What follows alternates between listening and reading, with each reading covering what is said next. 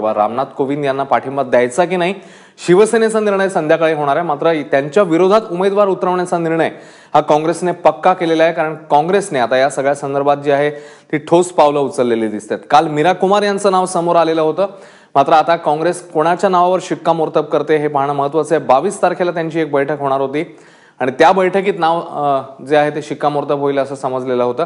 प्रशांत कदम आपल्या सोबत आहेत, आपले प्रतिनिधी। प्रशांत, काय अपडेट्स?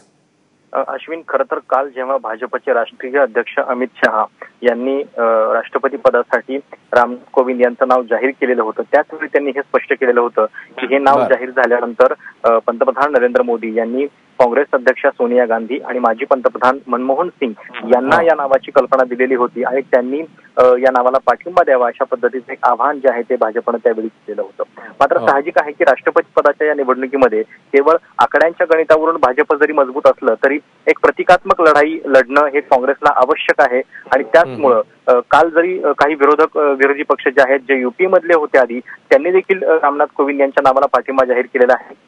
उदाहरणच द्यायचं झालं तर जे बीजेडी म्हणजे बिजू जनता दल भाजपच्या या नावाला पाठिंबा दिलेला आहे, त्याच्याशिवाय मायावतींनी सशर्त पाठिंबा दिलेला आहे। दलित उमेदवार असल्याने त्यांनी स्वागत केलेलं आहे आणि काँग्रेसने जर चांगला उमेदवार दिला तर आपण त्याचाही विचार करू असं म्हणत मायावतींनी पाठिंबा दिलेला आहे। दुसरीकडे टीआरएस तेलंगणा राष्ट्र समितीच्या ज्या पक्षानं त्यांनी देखील भाजपच्या उमेदवाराला पाठिंबा दिलेला आहे।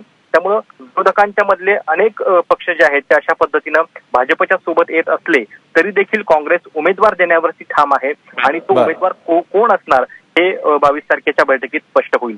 दलित उमेदवार भाजपनं दिल्यामुळे आता काँग्रेसकडून देखील दलितच उमेदवार येणार की आणखीन कुठल्या म्हणजे आदिवासी सारख्या ज्या समाजाला प्रतिनिधित्व मिळालेलं नाहीये त्यांच्या गटातून कोण उमेदवार देणार याची उत्सुकता आता शेगेला पोहोचलेली असेल। प्रशांत, या सगळ्या संदर्भातली ताजी माहिती घेतच राहू। तुर्तास धन्यवाद या माहितीबद्दल।